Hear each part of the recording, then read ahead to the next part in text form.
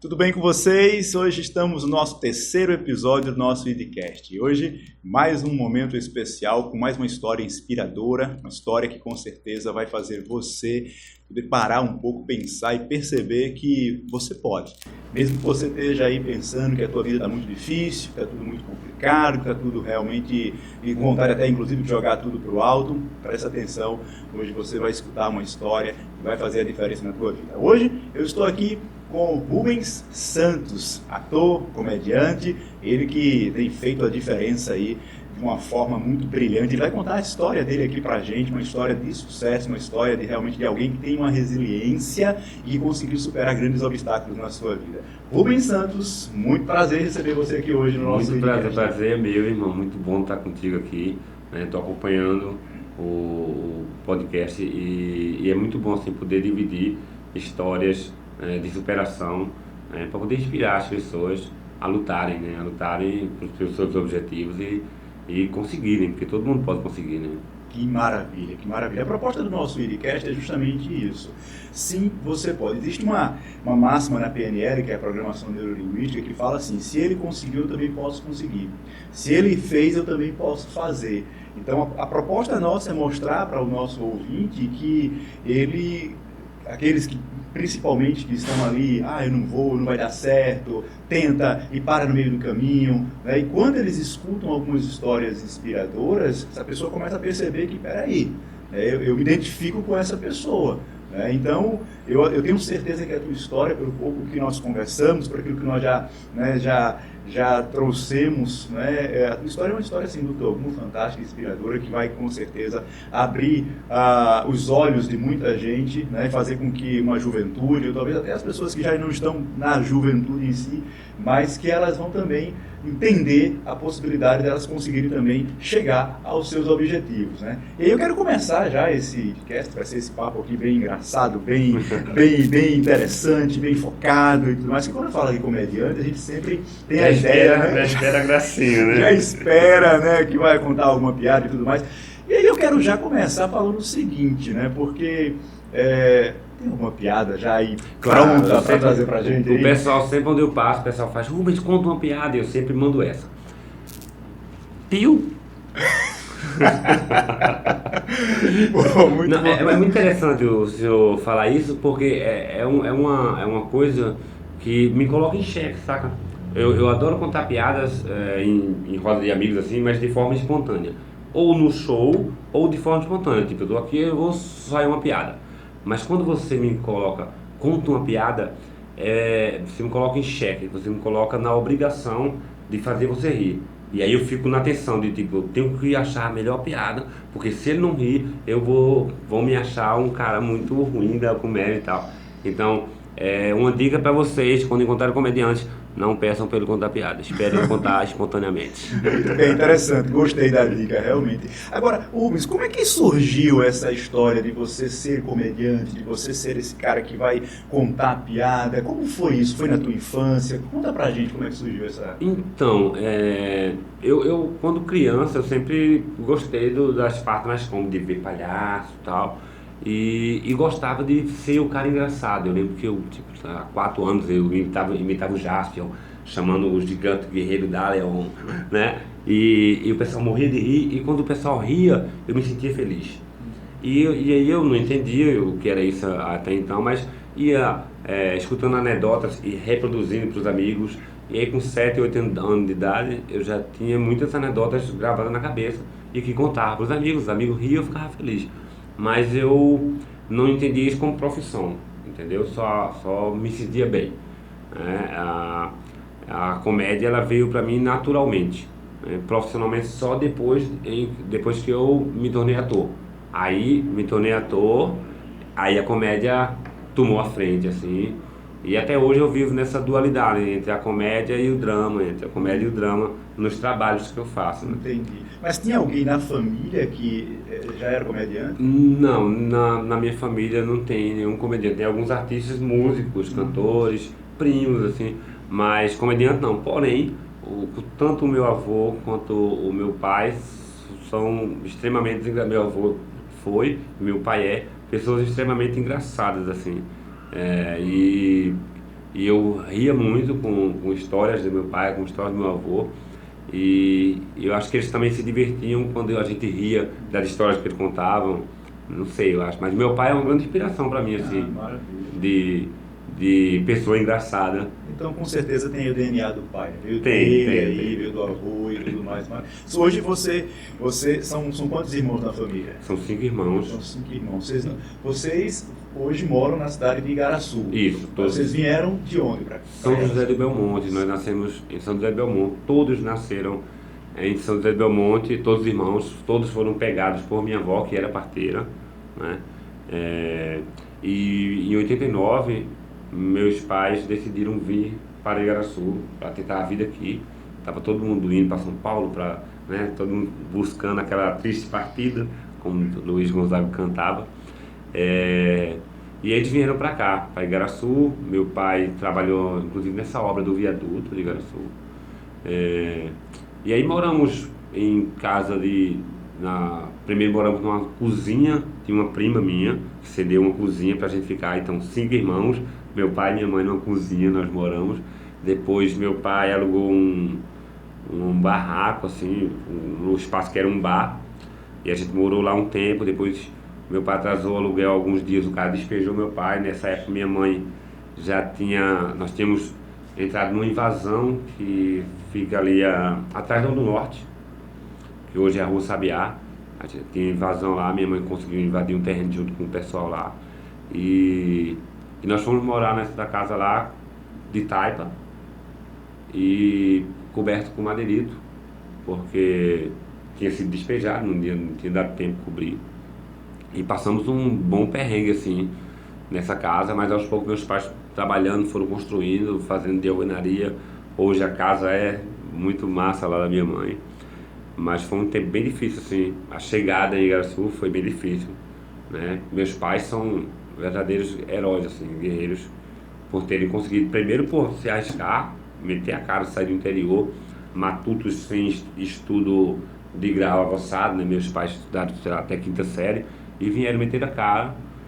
E um dos motivos também deles virem é que eu era aleijado, eu nasci com os pés virados. O pessoal dizem que quem nasce com o bumbum virado para a lua tem sorte, né? Eu nasci com os pés, eu acho que isso influenciou. Eu nasci com os pés virados e minha mãe veio comigo e andou muito, assim, até conseguir me operar com 5 anos de idade no IMIP. E aí finalmente eu consegui fixar os pés no chão, porque até então eu andava de bailarina, pezinho para cima. Olha só que interessante, que interessante. Quer dizer, até quantos anos?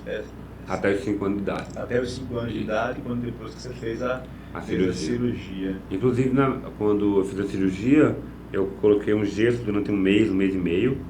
E aí, quando tiraram o gesso a primeira vez, tinha uma comissão de médicos, que eu digo que foi o meu primeiro aplauso. Foi quando eles disseram, ande. E aí eu andei com os pés fixos, até então eu andava só de ponta de pé, andei com os pés fixos na sala, e eles me aplaudiram.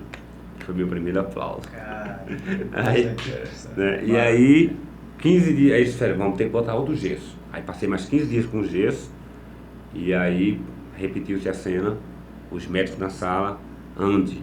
Aí eu não andei, porque as pernas ficaram meio dependentes do gesso, entendeu? Minha canela sempre foi fininha, e aí eu não tinha força. E aí eu passei mais ou menos 15 dias andando, engateando assim, voltei a engatear. Mas hoje eu tenho sim os pés fixos no chão. Que maravilha, que coisa incrível, né? Realmente algo, é um depoimento, é um testemunho muito forte, muito impactante realmente, né? Sim, sim. E teus pais, eles certamente foram as pessoas que te influenciaram a você, acredito, nos estudos, sim, toda a tua trajetória. A gente, acho que todos os seres humanos, eles sempre querem fazer pelos filhos o que os pais não puderam fazer por eles, né? Eu acredito que meus pais fizeram isso, né? Os pais deles não tiveram condições de dar uma boa instrução para eles, mas eles lutaram, sempre nos incentivaram a estudar, né? E o estudo era a salvação do pobre, né? A gente pobre, nossa única salvação é o estudo, para poder ter o conhecimento, para poder se inserir em mercados e ganhar vida honestamente. E foram, sim, grandes incentivadores, assim. Então, até questão do trabalho também, né? Além de estudar, eu comecei a trabalhar bem cedo, assim, e de tudo. Eu acho que com 8 anos de idade, 10 anos talvez, eu arranjei o primeiro emprego, que foi carregar água de uma cacimba atrás da casa da mulher, aliás, da frente para trás da casa da mulher para lavar roupa. Eu ganhava R$ 5 por semana. Ah, garoto. Não, desculpa, me doeu, porque antes da água, eu trabalhei com meus irmãos numa sementeira, Santa Amélia, e nós fazíamos plantação de muda e ganhávamos produção. Só que tinha uma parada muito louca. Meus dois irmãos, Rivanildo e Cleóstenes, nomes estranhos, mas veja como era a divisão. Na época, a gente ganhava por semana, se ganhasse R$ 20, era 10 do meu irmão mais velho, 9 do meu outro irmão e R$ 1 meu. Quem foi que decidiu isso? O meu mais velho, né? E aí, se ganhasse R$ 15, era 8 do meu irmão, 6 do outro e 1 pra mim. Eu nunca ganhava mais de R$ 1, podia a produção ser pra cima, pra baixo. E o dinheiro já era certo, era uma batatinha. Você era o mais novo? Era o mais novo. E era o que mais trabalhava, porque ele botava eu pra cá carregando o traço de adubo e tal. Eu que trabalhava, chorava, apanhava. Mas era bom, a gente comia banana madurinha no sítio, era tão bom. E aí eu tinha recompensa, no final de semana eu tinha R$ 1, então eu comprava uma batata frita, um picolé e uma ficha de videogame. Eita, olha só quanta coisa eu conseguia comprar com R$1. Hoje você não consegue, mal consegue comprar um picolé. O batatinha só de palito de batatinha, né? Pois é. Rapaz, que história fantástica. Aí, meu pai sempre foi empreendedor, nunca de sucesso, mas sempre empreendeu.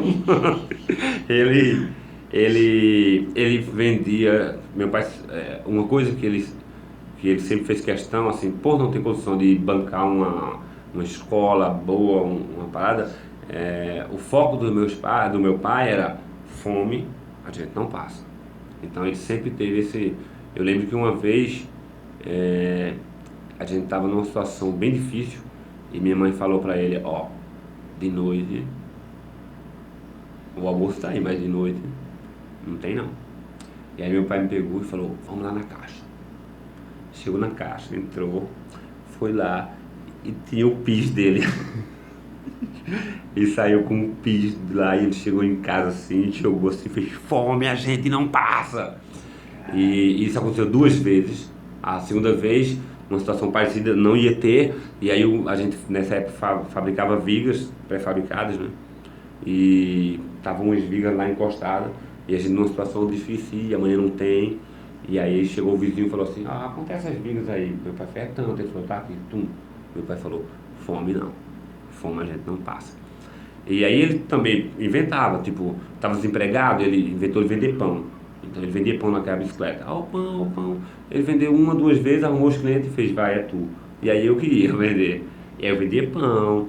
E aí meu pai fazia caqueira artesanal. Eu ia vender a caqueira. A gente pegava guaiamum. E eu que era o vendedor de guaiamum. E tem uma missão. Vá vender. Tá aqui os guaiamuns. Você é quanto? Não sei. Não volto com guaiamum. E aí eu saía de bar em bar. Eu negociava com o pessoal, mas tinha que voltar com a grana, não podia voltar com o guaiamum. E sempre, graças a Deus, consegui voltar, assim. E graças a essa luta da gente coletiva, né, de pais, de filhos, a gente realmente não passamos fome. Cara, que coisa maravilhosa. Quando você falou que seu pai era um empreendedor, mas não de sucesso, né, eu vou abrir uma aspa aqui, porque é o seguinte, eu vejo ele como um empreendedor de sucesso, porque aí tem a grande questão, o que é sucesso? Né? Sucesso para mim pode ser uma coisa, para você pode ser outra, para ele pode ser outra coisa, completamente diferente. Eu entendo que ele foi um empreendedor de sucesso porque ele não permitiu que a família passasse fome. Ele atingiu o objetivo. Muito bem. Né? Então isso é uma coisa extraordinária. Né? Ele tinha ali peraí, né? Meus filhos, minha família não vai passar fome. Eu vou aqui me virar nos 30, né? E aí os insights, vou acontecer, foi lá, pega uma coisa lá e tal. Ensinou vocês também, inclusive, a negociar. Uhum. Então, é um sucesso. É um É sucesso. claro que outras pessoas têm outra ideia de sucesso, em ter muito dinheiro, em estar em casas glamurosas e carros e etc, etc, etc, o que é uma outra coisa. Até porque também eram negócios que ninguém ia ter ninguém via o rei do pão na bicicleta, né? Ninguém. Mas a família foi honrada, a Exatamente, família não não. passou fome. O que eu digo assim, de sucesso de ganhar muita grana, Sim, assim. sim, sim, sim. Isso não, realmente acho que nem era o objetivo dele. O objetivo dele realmente era não permitir a fome, não faltar o pão de cada dia pra gente. Perfeito, E ele coisa conseguiu, maravilhosa. realmente. Meu pai, você conseguiu, viu? Perfeito, que maravilha. Você vai ver. É vivo. Maravilha, ele vai ver e vai ver com muito orgulho esse idcast. E tá morando hoje lá em Santa Belmonte. Mora lá em São José do Rio Monte. Então ele veio pra cá e depois voltou pra lá. Meus pais se separaram faz uns 10 anos, aí ele voltou pra lá, para as origens, mora lá, casou novamente, e tá bem perto da minha avó tem 96 anos, tá? Olha Coisa só, muito bom. entendi, que maravilha. Que coisa linda, Rubens, assim, a tua história. E hoje você já, além de ser comediante, de fazer alguns shows, você viaja aí o Brasil todo, você também tem uma outra história, que é a tua história como ator. Sim. Né? Você hoje está num filme, né? Você está aí a Irmandade, né? Isso. Conta um pouco, como é que aconteceu? Rubens Santos agora, né, estreando em Cannes. Como é que foi isso aí? Ai, cara, é uma longa história, né, assim, mas estar em Cannes, eu te digo assim, eu sempre vi eu sempre planejei minha carreira, a partir do momento que eu me tornei ator, eu comecei a planejar minha carreira, então eu sempre pensava, como é que eu estarei daqui a 5 anos? Uau. Como é que eu estarei daqui a 5 anos? Chegou os 5 anos, como é que estarei daqui nos próximos... E aí sempre fui nesse plano, e vou te contar que nunca foi um sonho meu ir a Cannes. Na verdade, no início da minha carreira eu nem sabia da existência do Festival de Cannes. É, e aí eu digo que... E aí eu planejei minha carreira como uma pirâmide. Quando eu comecei a vida de ator, eu assistia muito Sônia Abrão. Sônia Abrão mostrando atores globais vendendo espetinho na praia, porque estava sem trabalho e estava ali ganhando dinheiro dignamente, mas por ele ter feito sucesso, a turma achando que vender espetinho não era um trabalho que não era para ele. E eu só olhava aquilo e falava, cara, eu posso ser ator, se não der certo eu posso vender espetinho, tá ligado? Então, tranquilo, né? Não vai tirar minha dignidade. Claro, claro. Mas eu sabia desse risco, então eu nunca planejei ser um ator de grande sucesso. Eu entendia até hoje, entendo como uma pirâmide, como degraus. Então eu vou subindo cada degrau e curtindo cada degrau, entendendo as dificuldades de cada degrau, para quando eu se chegar no último degrau e eu tiver que descer, porque a gente desce, a vida de artista é isso. Então, se eu tiver que descer, eu vou conhecer esse terreno, porque eu já passei aqui, conheci toda a trajetória. Se eu venho e pulo do primeiro degrau para o último, eu não conheço nada daqui, eu caio para cá, eu me ferro. Então eu sempre planejei isso. Cannes, para mim, foi uma passagem da ponta da pirâmide, entendeu? Cannes é o considerado festival de cinema do mundo, assim. Né? O pessoal conhece muito o Oscar e tal, mas o Oscar é mais um festival mais comercial. E Cannes é um festival mais artístico mesmo, assim.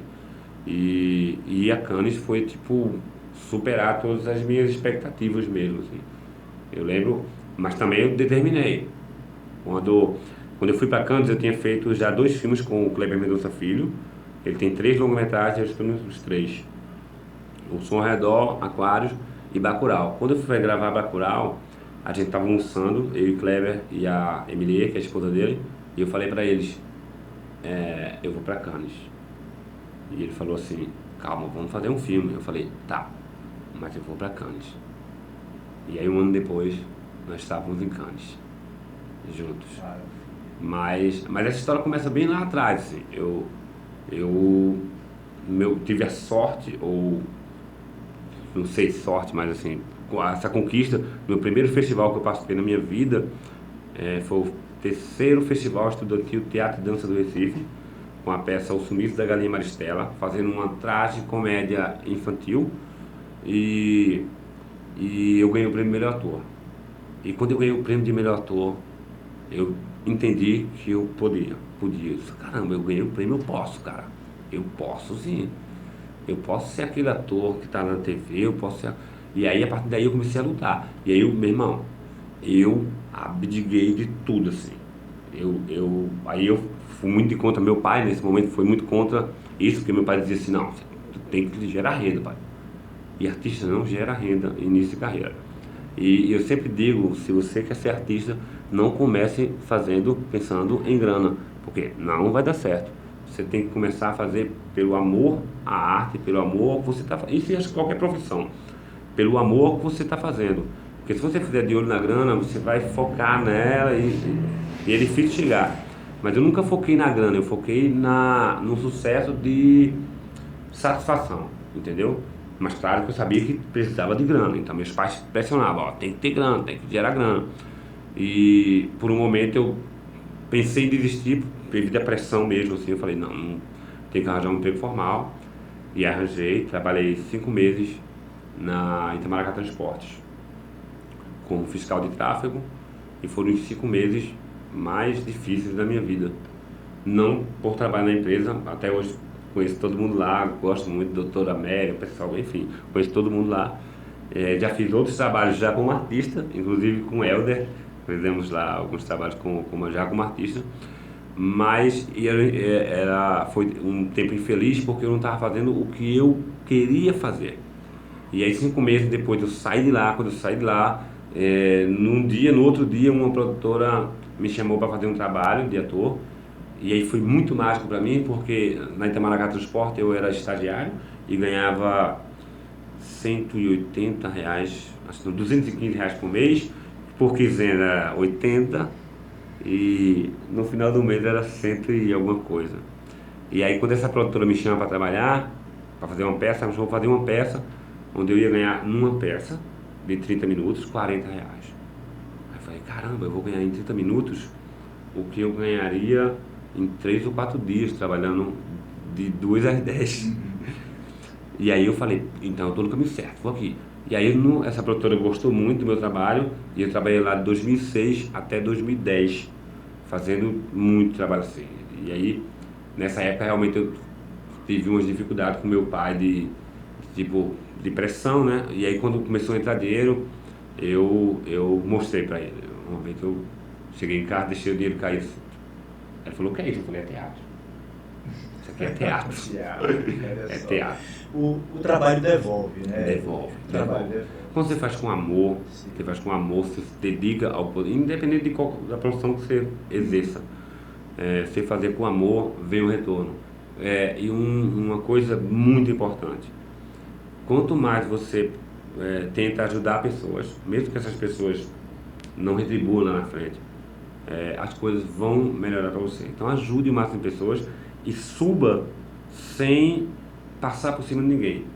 Para que eu hoje seja um ator que está na Netflix, que foi para Cannes, que vai estrear na Amazon, que estou no Globoplay, que trabalhei 5 anos na TV local, para eu fazer tudo isso, eu nunca precisei dizer, ei, fulano é ruim e eu sou bom, me bota. Nunca precisei derrubar ninguém para poder ocupar o meu espaço, porque o meu espaço é o meu espaço e o espaço do irmão é o espaço do irmão e tem espaço para todo mundo. E até hoje, a quantidade de pessoas que eu puder ajudar a buscar caminhos para melhorar, eu sempre Perfeito. Agora, a gente tem um pulo aqui, chegou em Cannes, ok. Mas antes de chegar em Cannes, você passou por alguns lugares para que essas portas se abrissem para você. Né? Então, certamente teatro, você foi para teatro também, teve alguns outros eventos e tudo mais. Alguns lugares que você tenha trabalhado aqui em Recife. Como é que foi esse percurso até você ser descoberto para ir para Cannes? E teve certamente algumas pessoas que foram importantes na tua vida para que isso acontecesse. Fala um pouco disso. Então, em 2005 eu entrei no Ponto Cidadão e aí foi lá onde eu conheci o teatro e conheci uns professores, Emerson e Sueli Trevisan, e tinha um coordenador que era o Osmar Rodrigues. E eles sempre falavam muito de sonhos. A gente tem que lutar pelos nossos sonhos. O Ponto Cidadão, acho que o senhor deve conhecer, é uma ONG que capacita jovens para o mercado de trabalho, mas eu sempre digo que ela não capacita só para o mercado de trabalho, mas sim para a vida, porque eles têm muito essa didática de fazer o jovem acreditar que ele pode. E E lá, os professores Emerson e Sueli Trevisan, quando me perceberam artista, eles sempre ficavam na minha cabecinha. Você é artista, você é artista. Aí eu falei, eu preciso trabalhar no emprego, preciso de dinheiro. Você é artista. É tanto que quando eu consegui o emprego na Itamaracá Transporte, que eu fui falar para eles, vou trabalhar na Itamaracá. Eles falaram assim, meus pêsames. E quando eu saí, eles falaram parabéns, porque eles sabiam que eu poderia seguir como artista. E lá, eles me apresentaram um livro chamado Nunca Desista dos Seus Sonhos, do Augusto Cury. E depois que eu li esse livro, me abriu a mente de uma forma que eu disse, eu posso, cara, eu posso sim, eu posso. Eu conheci histórias, através desse livro, de sonhadores que tinham tudo para não dar certo e que esbarraram em muitas coisas e que no final eles conseguiram. E eu comecei a me inspirar nisso. E a partir daí eu sabia que, através do livro também, o livro é muito um reflexo da vida real, porque os personagens sofreram tanto e eu sofro até hoje muito para poder conseguir meus objetivos. Mas passei por perrengues loucos, assim. Um exemplo, eu fui para Minas Gerais, para um festival em Patos de Minas, e marquei um show de stand-up em BH. Eu não sabia que Patos de Minas era 800 quilômetros de BH. E nós fomos de avião pelo festival, porque tinha o festival lá, fomos pro festival. E eu pedi, a gente ia voltar na terça, acho que na terça ou quarta. E aí eu falei pro festival, bota meu voo para o sábado, porque eu tenho um show na sexta em BH. Aí falaram, não tem como adiar o voo. A gente pode cancelar o voo e botar um de ônibus. Eu falei, não tem problema. E graças a Deus eu tava com dinheiro, tava R$70 para passar esses dias todos. E aí Deus coloca alguns anjos na minha vida.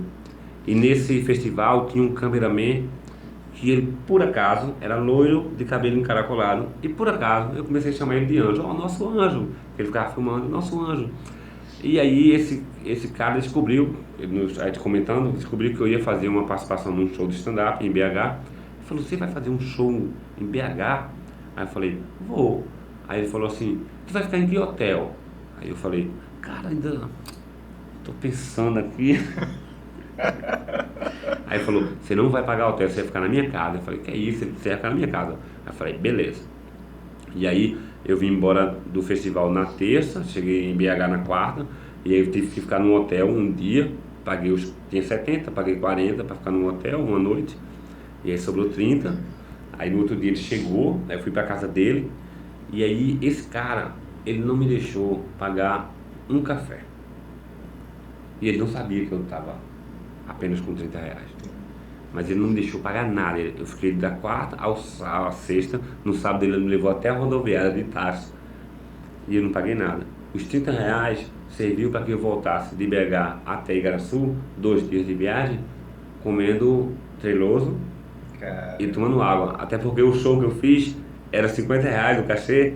E o cara esqueceu de me pagar, eu fiquei com vergonha de cobrar. Meu Deus! Mas quando chegou aqui eu cobrei e tal. Aí depois ele mandou, cara, o Thiago mandou. Mas voltei de BH tomando água e comendo treloso, porque o treloso era R$4 na rodoviária. E aí eu tomava água, às vezes comprava uma garrafa e depois enchia no bebedouro na rodoviária. E vim 2 dias à base do treloso e água, cara. E assim, poucas pessoas sabem disso, né? E aí fala, cara, ele surgiu do nada e tal. Mas teve esse perrengue assim louco, bem louco assim. Mas eu fiz bem, tipo assim, a história pra contar, né? Não, e vou dizer uma coisa, na verdade ninguém surgiu do nada. Né? A gente sempre tem uma história lá atrás, né? Alguma coisa acontecendo e tudo mais. E quando você traz aí essas experiências, né? O fato de vir no ônibus meio treloso, tomando água e tudo mais, tudo isso serviu como um aprendizado, inclusive, para você valorizar mais a vida, valorizar mais a tua história. E aí quando eu vejo essa tua história, eu penso assim, na questão do propósito. Né, na questão do propósito, quando, por exemplo, você estava na Itamaracá e que não estava com aquela... Não era aquele lugar que você queria, não sentia aquela alegria, os olhos não brilhavam, Não na verdade, né? E que você vai para onde você se identificou, né? É um propósito. É um propósito. Você está dentro da teatro, você está fazendo stand-up, você está fazendo, né, as pessoas rirem e tudo mais. Então, e aí faz você fazer com amor, com alegria. Né? Então isso é muito lindo, na verdade. Né? Você vê, muitas pessoas não querem pagar o preço. Você pagou um alto preço para chegar onde você chegou. Total. E é tudo também estratégia, né? Eu sempre procurei buscar estratégias. Eu pensei, aqui em Pernambuco, eu posso me destacar se eu tiver um Papeiro da Cinderela. Papeiro da Cinderela, conta essa história do Papeiro da Cinderela. E aí eu comecei a Orkut, falando com o produtor, o Hugo Marcel, falei com ele, e aí, como é que é isso aí? Ele me chamou para fazer uma participação lá para imitar a Cinderela, era um concurso, quem imita melhor a Cinderela. Eu fui lá, gravei vestido de Cinderela, graças a Deus nunca foi ao ar, porque ficou horrível, nunca foi ao ar. Mas eu apareci para o produtor. E aí teve outra oportunidade, eu fui lá contei piada num quadro. Aí 2 anos depois, outra oportunidade. E aí quando eu tive uma oportunidade, quando eu criei um personagem que era o Solivaldo Marley, que tinha um botão, não sei o que, pá, esse pá pega. Esse pá pega, então eu preciso mostrar na TV esse e pá. E aí quando eu tive uma oportunidade no Papeiro da Cinderela, isso era participações especiais, sem ganhar nada, só para aparecer. Então o cenário de Cinderela tinha uma janelinha, e a gente botava a cara lá, e ele vinha e falava aqui com a gente 15 segundos.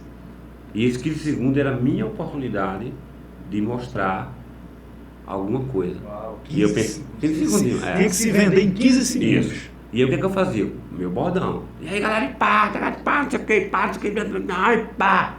Ninguém entendia nada, mas o ipá entrava, eu sabia que ia entrar. E aí fui em uma participação, 2 participações, até que o Jason, o Wallace, o cara que faz a Cinderela, me convidou para fazer um quadro. Aí eu fiz um quadro, participei de um quadro como jurado de um concurso de calouros e tal.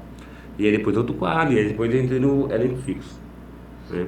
Mas foram vários, assim, uns 2 a 3 anos, fazendo participações a cada 2, 3 meses, sem ganhar cachê, só para aparecer, para poder conseguir a oportunidade, ser visto de verdade, para que eles pudessem me ver e me chamar para o elenco fixo.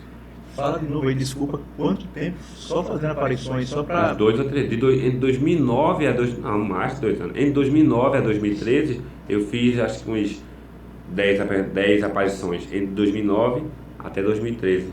Tá 4 anos. 4 anos. Em 2013, finalmente, eu consegui entrar no elenco.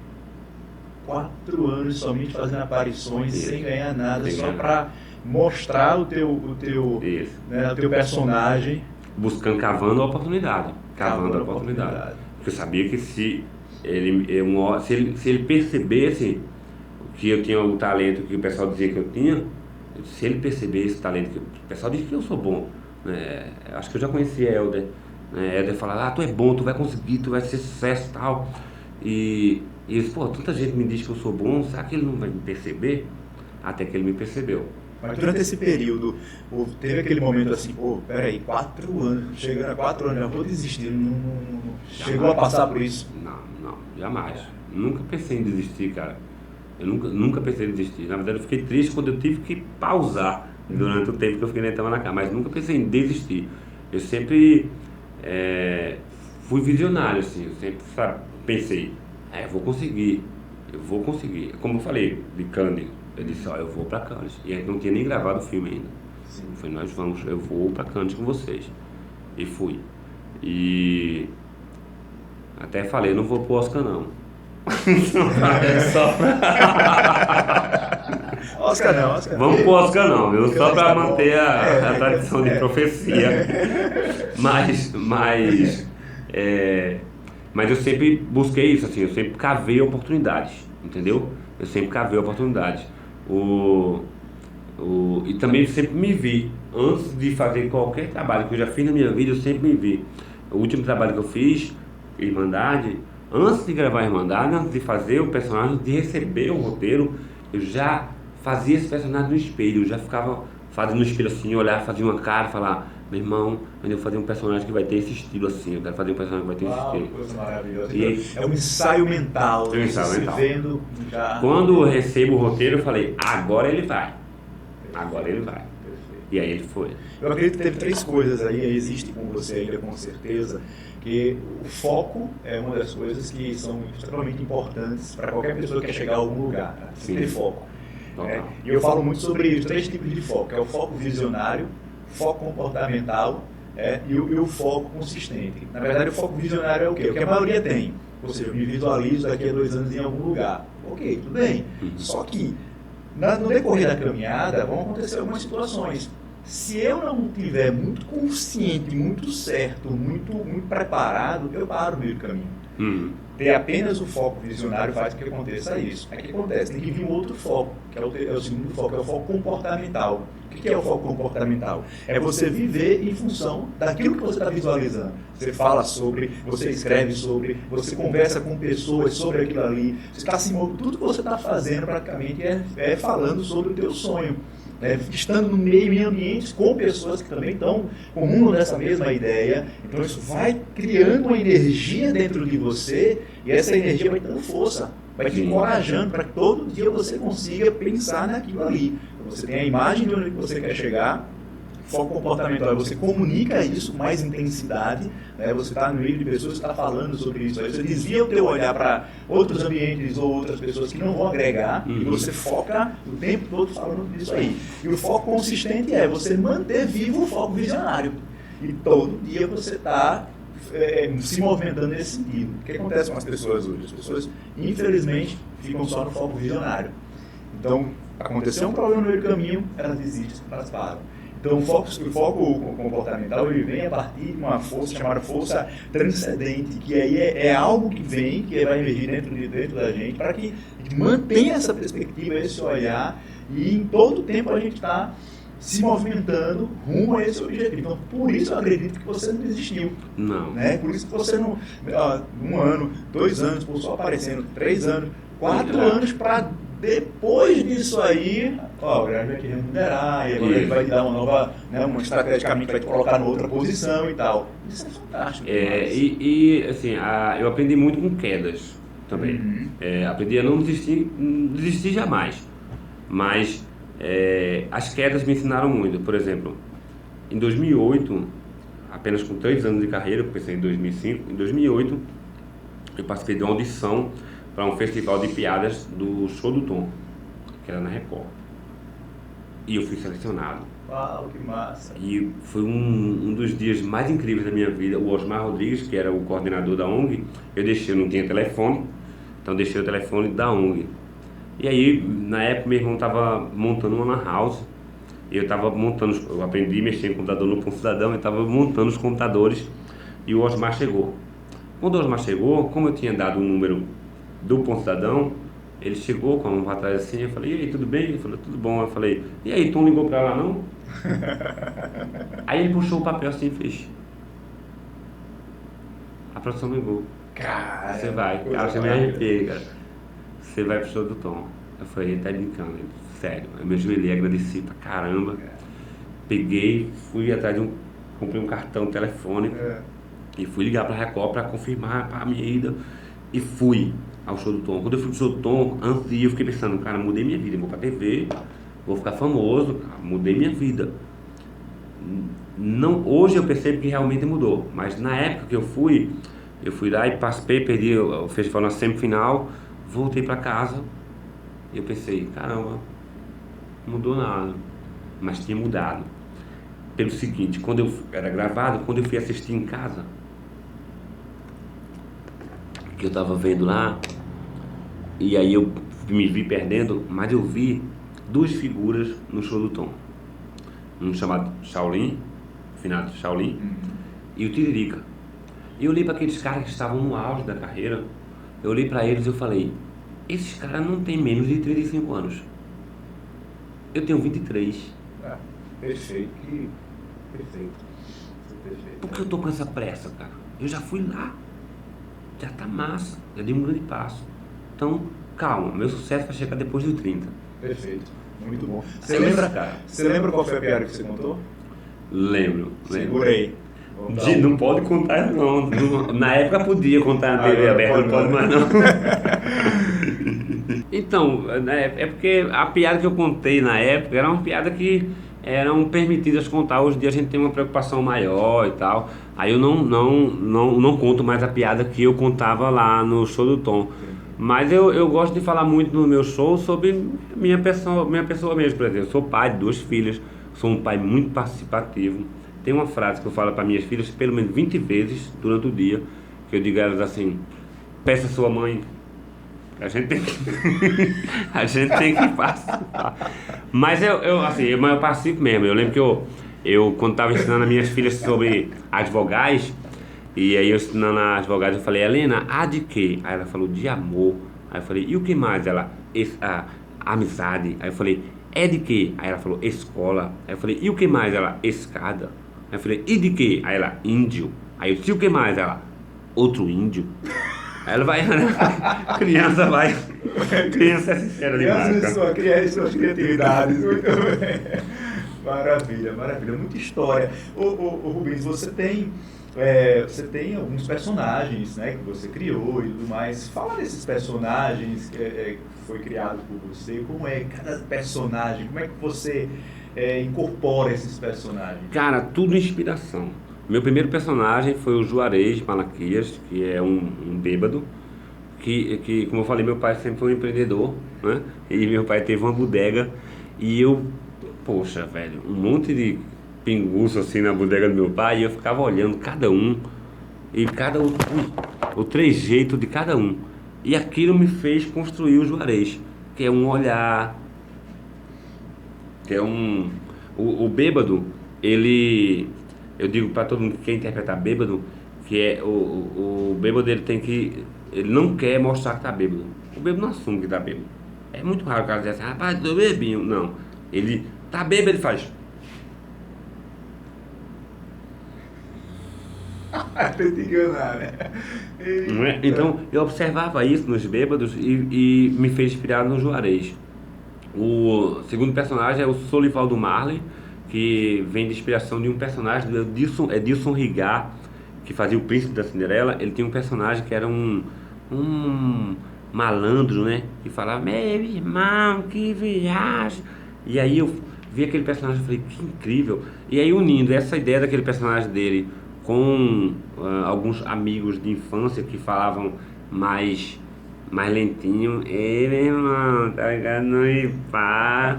Aí eu disse: caramba, dá legal. E o Solivaldo Marley, ele nasce só. Só como assim? Ele só falava só. Só era isso que ele falava. E aí o pessoal comentou, durante um show, o pessoal comentou assim: eu fazia um show bem interessante em Igaraçu. Eu fiz 2 temporadas longas no Centro de Arte, que foi de 2009 a 2011 e 2017 a 2018. Eu fiz shows mensais lá. E o Solivaldo nasceu nesse 2009 a 2011. E aí o show era mensal. De um show pro outro, o pessoal começou a comentar: vai ter o Só? Aí eu falei: vai. Aí eu pensei: caramba, Só, mas tem que ter um nome. Aí como ele tinha uma peruca assim, uma menina comentou no Orkut na época: falei: e tio Marley? Aí eu falei: olha, Só Marley, Solivaldo. Aí ficou Solivaldo Marley. E aí esse que me colocou depois, veio me colocar depois na TV, no papel da Cinderela, foi o Solivaldo Marley. Eu criei também o Seu Mané da Araçaiaba, que é um cara mais do campo, que tem mais uma carinha assim, uma vozinha mansa, que fala assim: meu Deus do céu, tá lá em Itamaracá, dando um mergulho. Quando eu mergulhei assim, que eu subi, eu senti um negócio na minha cabeça. Eu disse: ô Meneto, que é isso aqui? Ele disse: é um tolete. Que é Itamaracá, e tem um negócio assim. Aí ele tem seu Mané tem mais essa pegada mais de inocência do campo, assim. Esses são os 3 personagens que eu mais faço, assim, na comédia, né? E aí, mas eu sempre vivi essa dualidade entre a comédia e o drama. O cinema, por exemplo, veio começar a me dar oportunidade para comédia agora. Mas meus primeiros trabalhos no cinema, você não me vê fazendo comédia. São sempre personagens de uma questão social, falando de uma questão social. Meu primeiro personagem foi um zelador que era bem maltratado pelos clientes de uma clínica de acupuntura. Os clientes ricos, barões, chegavam lá e destratavam ele, aquela ideia do funcionário invisível, né? E aí ele, numa forma de vingança de uma das clientes, vai lá que destrata ele arranha o carro dela com a chave assim e tal. E aí, mas quem assiste o filme entende o motivo pelo qual ele fez aquilo. Aí meu segundo personagem no cinema foi um louco, um cara passando por situações mentais complicadas. Mas esse segundo nem foi. Isso é muito interessante também, porque meu primeiro filme foi um filme incrível. Meu segundo filme eu gravei uma cena incrível, mas a cena não foi ao ar. E aí não foi. O diretor achou que não rolaria. Simplesmente gravou e não... Eu não sei se ele ficou com raiva de mim, porque eu tinha gravado o filme O Som ao Redor, do Kleber Mendonça Filho. Tinha feito 2 cenas desse filme, minha primeira vez no cinema. E em seguida eu fui fazer esse filme, que é do diretor Marcelo Gomes, que Era Uma Vez Verônica, da grandíssima Hermília Guedes, amiguíssima, maravilhosa. Fizemos alguns trabalhos juntos recentemente, Irmandade é um deles. E a Hermília era a protagonista. E aí quando foi eu sempre fui muito engraçado, e houve uma cena interessante lá, porque eu ia fazer um paciente de psiquiatria e foi gravado no Hospital das Clínicas, na sala do doutor, do médico que atendia, o psiquiatra que atendia. Como estava gravando na sala do médico, ele foi atender em outra sala. E a produção estava lá. E aí eu cheguei para gravar, e era um ator de uma participação, ninguém me conhecia. Eu cheguei e falei com a moça da produção: oi, tudo bem? Ela falou: você veio para cá? Eu falei: vim. Ela falou: então, o médico está atendendo na sala. Aí eu falei, aí eu entendi que ela estava confundindo eu com o paciente. Eu falei assim: não, mas o médico mandou eu vir para cá. Aí ela falou: eu entendo, senhor, mas é porque ele não está atendendo o que eu disse, vou mostrar a receita. Ela disse: não precisa. Aí eu puxei o texto, mostrei para ela, ai, desculpa, tal, pedi desculpa. Me convidou, eu não sei se ela comentou lá com a equipe, sei que ficaram rindo lá, a gente riu, se divertiu. E aí na hora de gravar, o diretor chegou para mim assim e fez: é a sua primeira vez no cinema? Eu falei: não, é a segunda, eu gravei um filme do Kleber Mendonça Filho, agora O Som ao Redor. Aí o diretor falou assim: mas foi uma cena bem pequenininha, não foi? Aí eu fiz: não, foram 2, inclusive maiores do que essa. Aí a minha cena não foi ao ar, não sei se isso teve a ver, mas não foi ao ar, tranquilo. Depois eu fiz uma participação na novela Velho Chico, onde eu fiz a gente chama de Homem 1, né? Porque o personagem não tem nome, é um trabalhador que está ali. Tinha uma fala massa com a Camila Pitanga. E aí fiz Justiça, a série Justiça, que também tem uma parada muito interessante, da onde você acha que, às vezes você acha que perde, mas você ganha. Me chamaram para fazer Justiça, era uma série, eles pediram para fazer um usuário de crack, e eles pediram para eu emagrecer. Mandei uma foto, ele falou: você pode emagrecer um pouco? Eu falei: depois que eu sumir eu vou para onde? Aí eles, beleza, eu emagreci 5 quilos, 3 quilos, 3 quilos, em média 3 quilos aí. E aí, em uma semana, cara, tipo, Faz um desafio, hein? Sequei. E aí, o que acontece?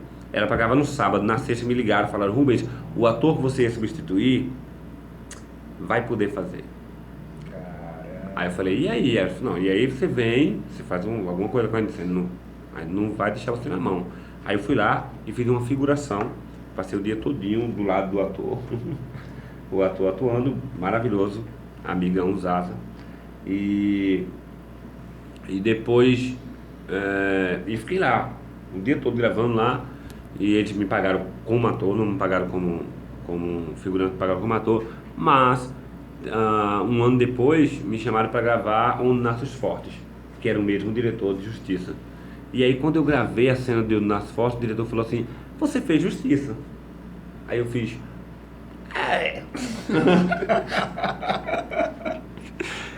Vila Maria, eu fiz, não fiz, mas enfim, aquele trabalho, se eu tivesse dito: não, então eu não vou, talvez Entendo. eu não tivesse feito esse outro. Então, sempre um trabalho puxa o outro, oportunidades. Eu vi num filme chamado Divino Amor, do Gabriel Mascaro, e nesse filme eu tinha uma diária. Uma diária, uma cena. Uma diária, uma cena. Foi tempo de eu fazer conexões com produtores, fazer amizades. Graças a Deus sempre tento crescer o meu ciclo de amizades e contatos. E uma das produtoras gostou do meu trabalho e me indicou para um teste para fazer uma série na Netflix, que foi Irmandade. Que coisa maravilhosa. Então, tipo, um trabalho puxa o outro, depende de como você se comporta no seu ambiente de trabalho. Isso é que é assim, se você deixa algo muito claro aqui para a gente, e para você que está escutando aí, veja como a excelência daquilo que você faz, né? A preocupação que você tem de fazer, entregar o seu melhor, Isso. independente de qualquer coisa. Na história que você fala aqui, da situação que o ator acabou indo, né, e você não pôde ir, mas você acabou sendo chamado, você simplesmente assim, não vou não, né, deixa pra lá e tal, então vou fazer de todo jeito e tal. Não, você entregou o teu melhor. Exatamente, né? é uma oportunidade. Foi a oportunidade, então isso é visão. É visão de alguém que, não, peraí, eu vou fazer porque isso aí, quando eu tenho um propósito, eu faço porque eu sei que isso vai me levar para algum lugar. Isso, até o fato de eu estar no set de filmagem, eu vou Sim, estar em contato com pessoas que vão me ver, que vão me ver, que vão lembrar. Quando eu fui gravar o Nassos Fortes, eu já estava na TV aqui, já fazia TV aqui, então já tinha um público que me conhecia aqui. E aí quando eu cheguei lá, Patrícia Pilar, descemos do carro e os caras gritaram: Rubens, vem cá, cara, poxa, tal. E eu olhei assim: não, Patrícia Pilar tá aqui, gente. Né? Mas assim, já tinha um reconhecimento de uma galera que me conhecia daqui e que estava trabalhando nesse trabalho lá do Nossos Fortes. Mas eu acredito que todo trabalho a gente cava outro trabalho, entendeu? Eu sempre tento abrir portas, deixar portas abertas. Trabalhei 5 anos na TV com o Jason Wallace e saí de lá, tipo, Jason, não consigo mais, porque graças a Deus estou com muito trabalho no audiovisual e para não desfalcar você aqui, eu prefiro me afastar. E aí saí com porta. Hoje continuo meu amigo, já fiz filme com ele, 2 filmes com o Jason. E manter. A ideia não é só abrir portas, é mantê-las abertas. Mantê-las abertas, perfeito. Isso aí que é fundamental realmente, né? Porque é aquela história, chegar ao topo, né? Qualquer um que chega, mas se manter no topo, aí são poucos, né? Então não é só abrir portas, qualquer um pode abrir, mas manter as portas abertas, aí são poucas pessoas que conseguem isso, né?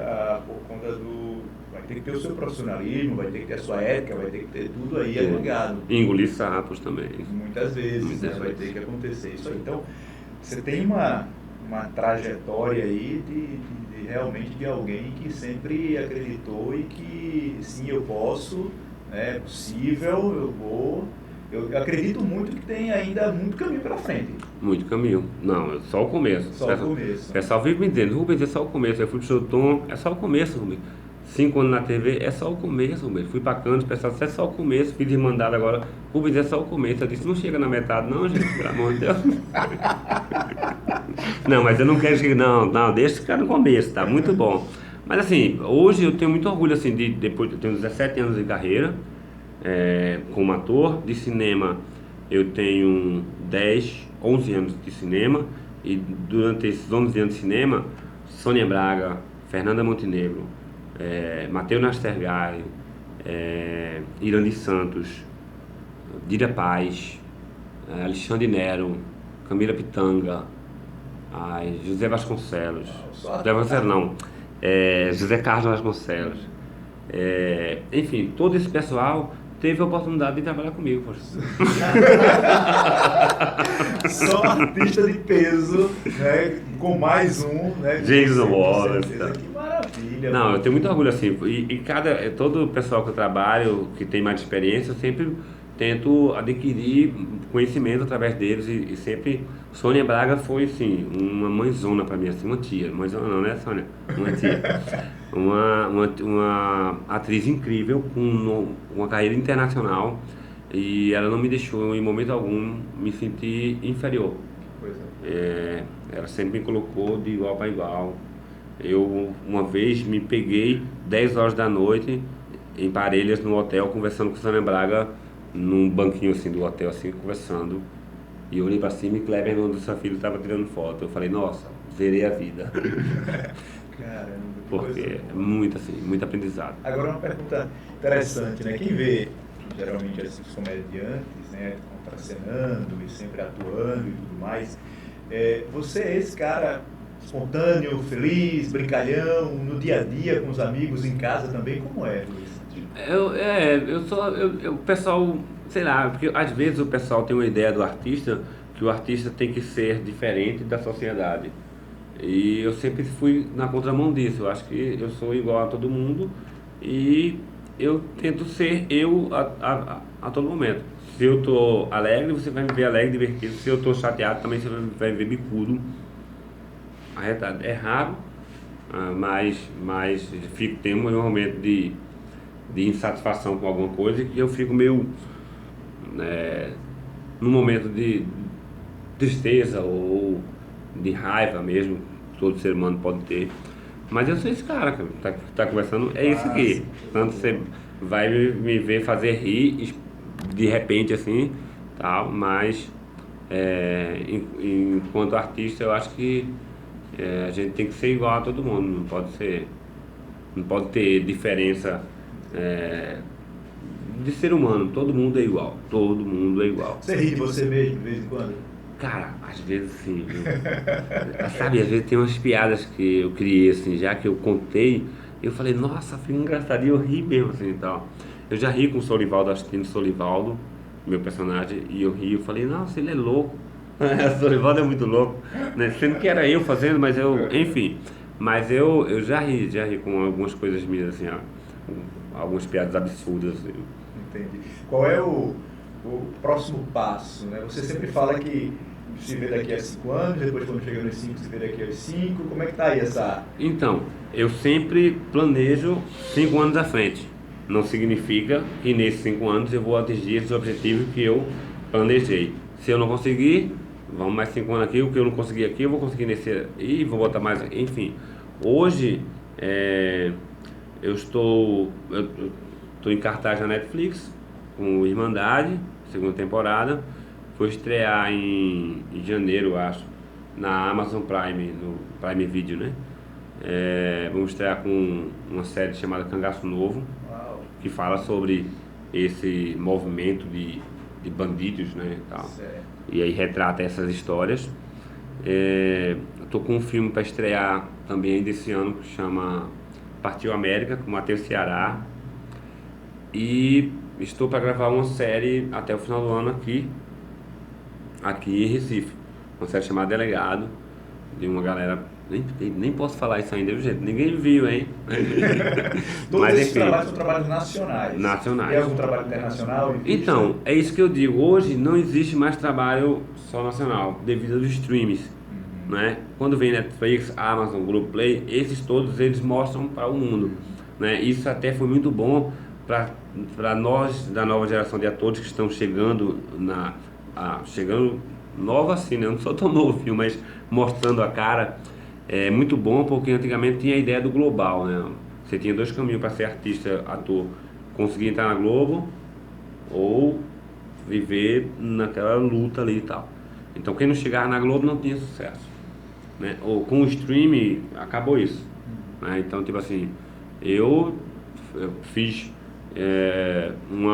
fui chamado para um programa de humor na Globo. Ia ser um programa semanal, chamava O Novo Normal. E aí, infelizmente o programa caiu. Mas, tipo, quando esse programa caiu, eu já estava engatilhado para fazer a Irmandade na Netflix. Então, tipo, o fato de não ter ido para a Globo não foi um problema para mim. A Globo era um sonho para você de criança? No início da carreira. No início da carreira, eu sonhei em fazer Globo por esse motivo que eu sei que era o caminho, era o auge da carreira de um ator. Mas com o tempo, eu passou um momento, irmão, que eu pensei... eu preciso sobreviver. Então, tipo assim, eu não preciso ser rico para ser feliz, entendeu? Se eu tiver como manter a educação das minhas filhas. Se eu tiver como ter o mínimo dentro de casa digno e ter uma grana para ir uma vez por mês na praia com minha família, tá ótimo. Se Deus permitir que eu tenha isso durante o resto da vida, eu não quero ser um cara ricão. Isso para mim é suficiente. Mire pequeno, erre pequeno. Assisti um filme de Forrest Gump, e tem uma frase que ele fala assim: a minha mãe diz que o homem precisa de pouco dinheiro para viver, o resto é para esnobar. E é isso, entendeu? A gente precisa de muito pouco para viver e o resto que a gente tem é para esnobar e para curtir, fazer umas coisas a mais. Mas para mim o básico e a minha praia uma vez por mês, para mim isso seria muito suficiente, mais que suficiente. Porém, tipo, o que vier demais é bem-vindo, viu? Não tem, não tem.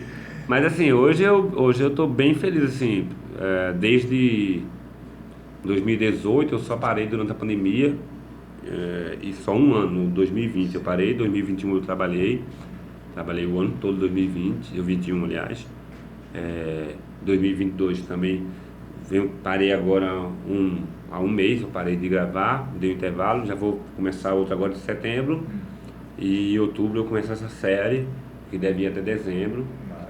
Enfim, tem alguns trabalhos que já gravei, tem trabalho que eu gravei em 2018 e que não lançou ainda por questão de verba, que não conseguiu finalizar o filme, mas sempre na expectativa de um próximo. Mas é isso, a vida de artista é isso, cara.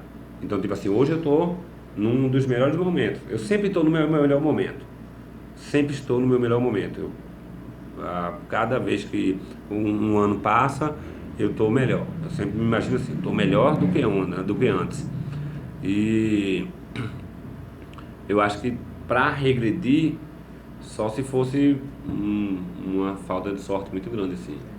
Mas a ideia que hoje é que eu consiga manter essa carreira, né? Esse caminho de subida, assim, de subida mesmo. Perfeito, maravilha. O universo está conspirando a teu favor. Né? Exatamente. De tudo que você vem plantando aí ao longo dessa tua carreira, né? E hoje você está colhendo e espera que você colha muito mais daqui para frente, né? Total. Rubens, a gente está chegando ao fim. Não acredito não.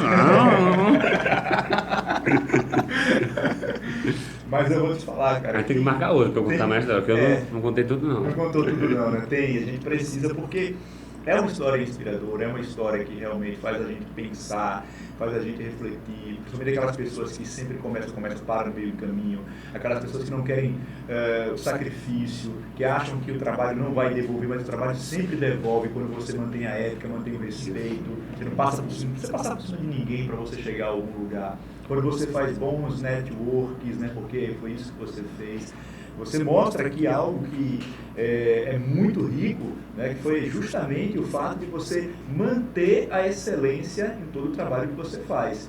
Né? Ou seja, não vou ser chamado, aquela história que você contou, né, que aí você se preparou para ir, mas de repente na hora que você vai, o ator, ele ficou bom e ele foi, mas pode vir, vem, aí você não fez cara feia nem nada, você foi lá e fez, você deu o seu melhor, então dá o seu melhor sempre. Né? Sempre, porque isso vai de fato abrir portas. Isso.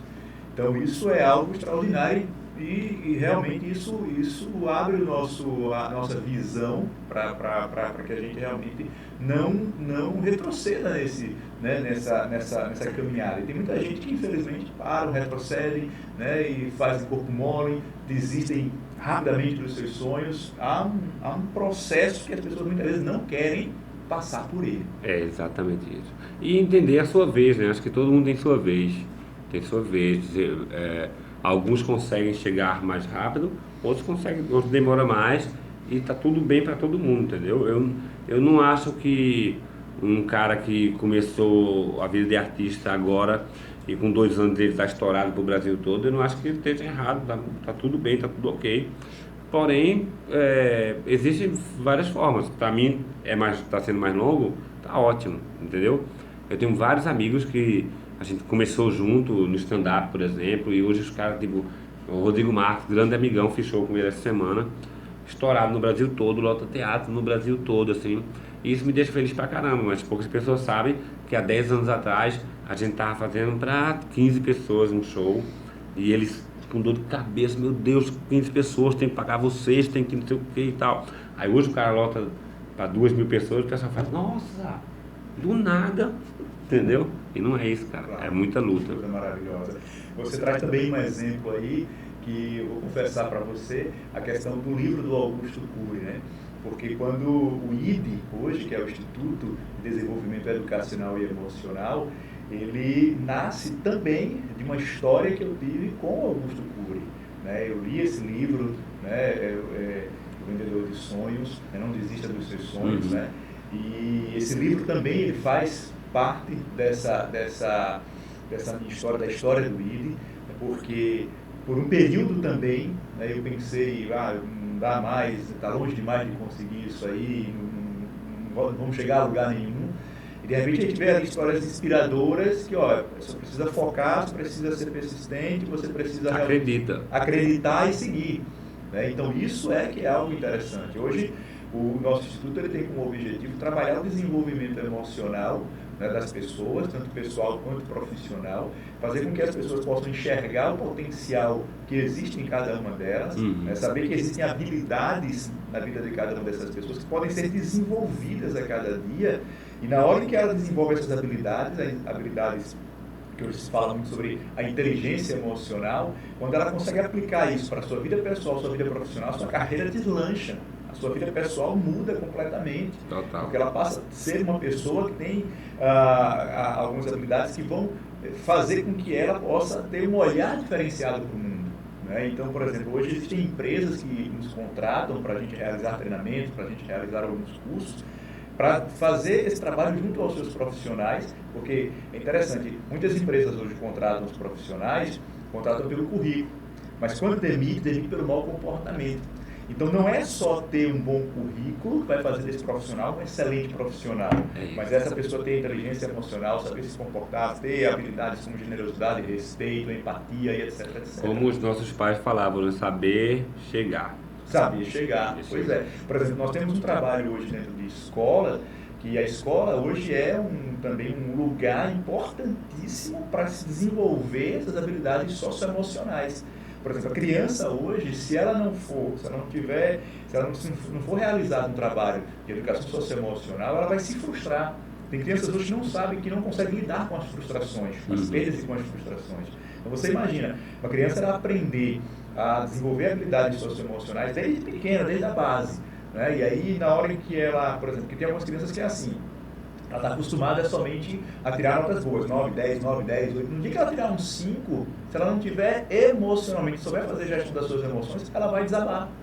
Então, o nosso objetivo também do Instituto é trabalhar na vida dessas crianças dentro das escolas para ensiná-las a saber lidar com as perdas e com as frustrações. Que ela vai ter muitas perdas e frustrações durante a sua vida. Com certeza. No seu percurso. Vivo falando para minha filha disso. Pois é, então é importante saber ter essa estrutura, né? Então, para mim, uma satisfação muito grande ter recebido você aqui hoje. Você trouxe lições muito grandiosas, né? Lições realmente muito impactantes, caiu muita ficha aqui para mim.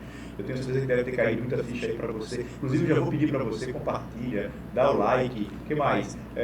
Se inscreve, isso é muito ativa importante. o sininho, faz tudo o que você precisa fazer aí para que esse programa ele bombe, ele consiga ir para muitos lugares, para muita gente escutar, assistir a história de Rubens Santos. Esse homem que é um ícone aqui no humor, né?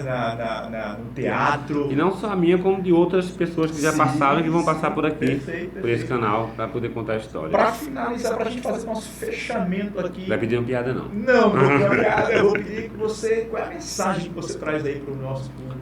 Cara, a mensagem que eu digo para vocês é que acreditem nos sonhos de vocês e não desistam na primeira queda nem na segunda. Mas na terceira, também não. Vai caindo até levantar e você consegue, velho. Você consegue. Todo mundo consegue. Basta querer. Não passe por cima de ninguém. Não prejudique ninguém para conseguir seus objetivos, que vai dar tudo certo. Tenho certeza disso. Uau, maravilha. É isso aí, gente. A gente finaliza então nosso Idcast, nosso terceiro Idcast, e não podia ter sido diferente, com muito humor, com história inspiradora, com história realmente que nos levanta. Eu espero que você aí tenha recebido essa mensagem com muita alegria, né? E vamos seguir. Até mais. Obrigado, Rubens. Valeu. Obrigado.